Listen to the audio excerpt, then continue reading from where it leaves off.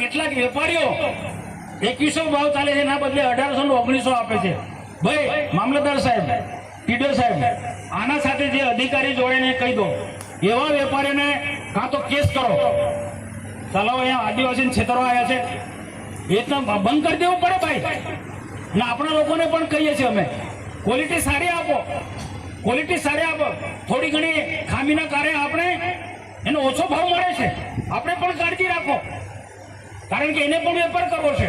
પણ ઈરાદાપૂર્વક કોઈ વેપારી કોઈ છેતરતો હશે કોઈ નાના ખેડૂતને, તો કોઈ સંજોગોમાં અમે ના ચલવી લઈએ। આ ડેડિયાપાડાના વેપારીને હું ખાસ ચેતવણી આપું છું, ભાઈ છેતરશો ના, તમને માફ નહીં કરે। આ ગરીબ આદિવાસી ખેડૂતને કેટલી મહેનત કરીને મકાઈ પકવે છે અને તમે એને લૂંટી લો છો ભાઈ। આ લૂંટવાના ધંધા બંધ કરી દેજો।